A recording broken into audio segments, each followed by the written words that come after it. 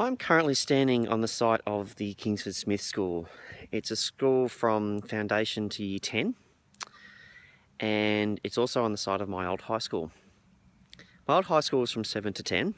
It was this big concrete jungle with a couple of huge ovals, large play areas, and I was here from 1987 to 1990, so a long time ago, quite a long time ago. And then, of course, like much of what I've documented in the past couple of days, it was demolished. But what I can safely and happily say, it has been turned into a new school that services the northwest Belconnen area and where my niece does go. I'm standing in a particular spot here as the sun's coming onto my head for a particular reason. I'm not at the front of the school, but what I am actually in front of is the only building left from when I was here. It's the school hall.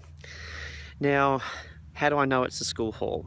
Well, for two reasons. One, it's the largest building here. I actually brought my niece in here early this week and had a bit of a look around, and I could tell it was the hall. It's in the right location to when I was here. It's right near a set of basketball courts, tennis courts, which I can see from here. What I do laugh and remember is one basketball court that I can see now. There was a grassed area, and when I was in year 10, all year 10 students essentially went on strike. We walked out and said we're not going to class until we could have a chat with the principal. There'd been some serious decisions made which we didn't agree with, which were having an impact on us, which had kind of been a rite of passage for previous years. As a teacher now, I can understand why, because they were based on financial decisions. But yeah, I remember sitting out there. I had some wonderful teachers here which have inspired me in my teaching career, and I remember them quite fondly. I also remember some horrible teachers which I remember. Let's just leave it at that.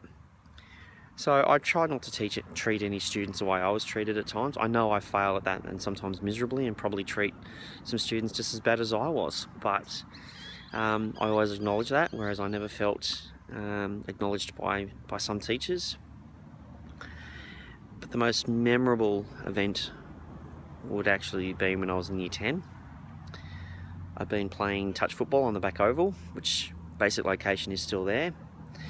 A guy was doing shoulder charges, and I stepped out of the way and said a few words to him about what's your problem, and he proceeded to headbutt me, and he knocked me out, badly broke my nose, cracked my right cheekbone.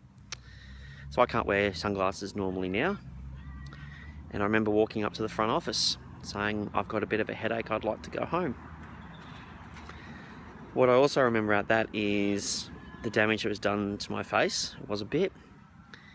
And so out of that, I take some students' complaints fairly seriously, especially if they have been hurt. I've had to take students to hospital now. But yeah, I remember that. And I had the story, like the gaps in the story filled in afterwards when people said, oh, no, Andrew, do you remember saying this, or do you remember this? I said, well, no, I don't. I was knocked out, and badly knocked out, as it turned out. I was concussed. They had to pull my nose out, literally, pull my nose out. Do I remember this quite well though? Yeah, for two reasons, and their names are Paul and Rowan. Two friends I'm still in complete total contact with to this day, and in fact next year it's our 30th, if you want to call it our 30th anniversary of knowing each other. So to Ginninderra High, now called Kingsford Smith, great times, great memories just for 4 years, but yeah. I'm at least glad to see that something is here now of at least something that still exists. Because in a few instances, there's not much else. But I also learned that that's a little bit about Canberra. At least the Cannon does move on in certain ways. So now I'm off to look at some other places. But again, to Ginninderra High, the Big G, learn to live. Love this place.